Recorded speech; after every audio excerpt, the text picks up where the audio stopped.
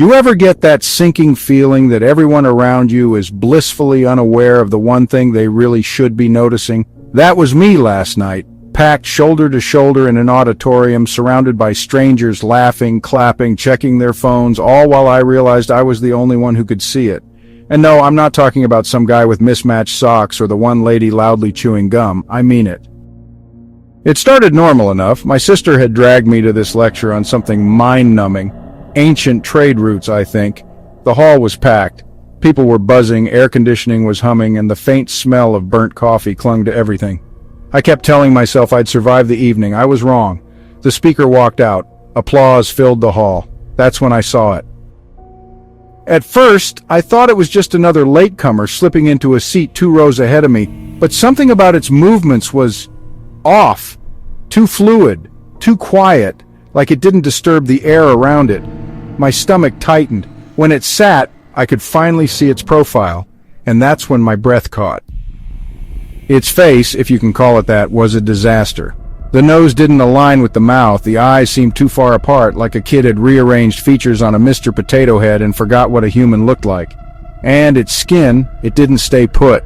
It shifted like it couldn't decide if it wanted to be pale, gray, or bruised purple. I froze. My neck hair rose as if pulled by invisible fingers. My heartbeat thudded louder than the microphone feedback. And the worst part, no one else noticed.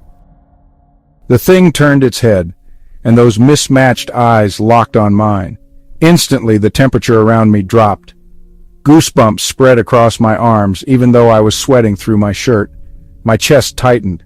I wanted to look away, but my body betrayed me. The lecture droned on, muffled behind the pounding in my ears, but I wasn't hearing words anymore. I was hearing whispers, faint, almost inaudible, like they came from under the seats. My name, over and over, my name. I dug my nails into my palms. Stay calm, I told myself. It's just stress, sleep deprivation, something rational, but when I blinked, it was suddenly closer. 2 rows had somehow shrunk to 1. Nobody had moved, nobody had reacted, just me. My breaths turned shallow, my vision blurred at the edges. Why me? My mind kept screaming. And then, unbidden, came the memory. Something I hadn't thought about in years. A mistake. No, a sin. That night when I lied to someone who trusted me, covered my tracks, never admitted it, never apologized. I'd buried it so deep I'd convinced myself it wasn't real. But as that creature's crooked mouth stretched into an impossible grin, I knew it knew.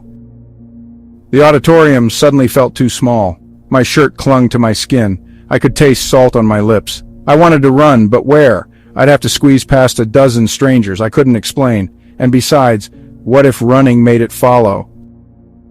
The whispers grew louder. My name stretched and warped like rubber bands snapping, and then it stood. I swear to you, it rose without actually bending its knees, like gravity was just a suggestion. People around it didn't flinch, didn't shift, didn't see. They stared straight through it as it turned toward me. My chest hammered, the air was ice. It began walking, no, gliding down the aisle straight toward me. My legs refused to move. I clenched my fists so hard my nails dug half-moons into my palms. By the time it reached my row, I thought my heart would burst. It leaned close, face inches from mine, and whispered something I'll never forget. Confess. Its breath was freezing, but the word burned my ears. Then, applause. The speaker had wrapped up. The lights brightened. My sister nudged me, laughing about how boring it was. I whipped my head around. The thing was gone, just gone. I stumbled out with the crowd, gasping like I'd run a marathon. My legs shook so hard I nearly fell down the stairs. My sister thought I was over-caffeinated. Later, I told my family. They looked at me like I'd lost it. "You've been stressed," they said. "Working too much." Maybe they were right, maybe. But in the silence of my room last night, I felt it again. The drop in temperature, the whispers curling around my ears. My name, spoken just beyond hearing. I don't think it's finished with me. And now I'm asking you, have you ever been the only one in a crowd who saw something no one else noticed? Something wrong, something that shouldn't be there? If you have, share it in the comments. Maybe if we all talk, we'll find some kind of refuge together. And remember, beware, don't ignore them. I've heard too many stories of people who did, and it ended terribly for them. If you enjoyed this story, please subscribe and follow us for more bone-chilling chronicles. Join us on YouTube, TikTok, Instagram, Facebook, and Blue Sky for more If You Dare.